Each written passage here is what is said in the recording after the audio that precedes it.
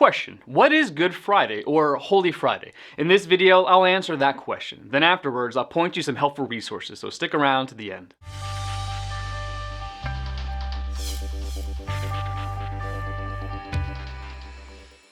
Good Friday, also known as Holy Friday, is the Friday immediately preceding Easter Sunday. It's celebrated traditionally as the day on which Jesus was crucified. If you're interested in a study of the issue, please see our article below that discusses the various views on which day Jesus was crucified.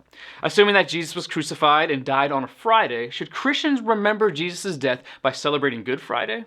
The Bible does not instruct Christians to remember Christ's death by honoring a certain day. The Bible does give freedom in these matters, however. Romans 14 verse 5 tells us one man considers one day more sacred than another. Another man considers every day alike. Each one should be fully convinced in his own mind.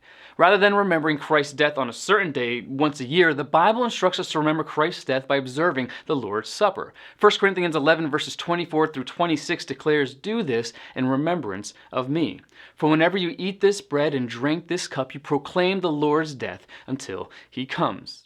Why is Good Friday referred to as good? What the Jewish authorities and Romans did to Jesus was definitely not good. See Matthew chapter 26 through 27. However, the results of Christ's death are very good. Romans 5:8 says, "But God demonstrates his own love for us in this: while we were still sinners, Christ died for us."